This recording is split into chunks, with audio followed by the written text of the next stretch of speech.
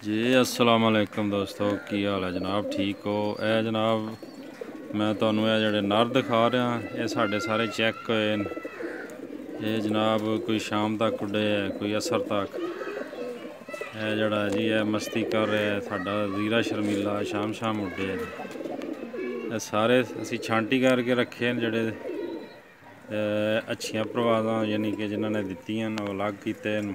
नर और मादियां थोड़े यानी कि पक्के नहीं गिज्जे अलग कीते। ए जनाब साढ़े पक्के कबूतर लगे न। असल साढ़े इलाके ज़्यादातर इस तरह के कबूतर असी पसंद करते हैं, जेह्ड़े कि देसी स्टाइल के कबूतर न और अच्छे उड़ते हैं। इन्होंने टैडी क्रॉस भी हैं, गोल्डन बटेरा क्रॉस, लाल मोतियां वाले मुख्तलिफ ब्रीड के कबूतर हैं। लो जी करीब करके जूम करके शौक करा रहे हैं।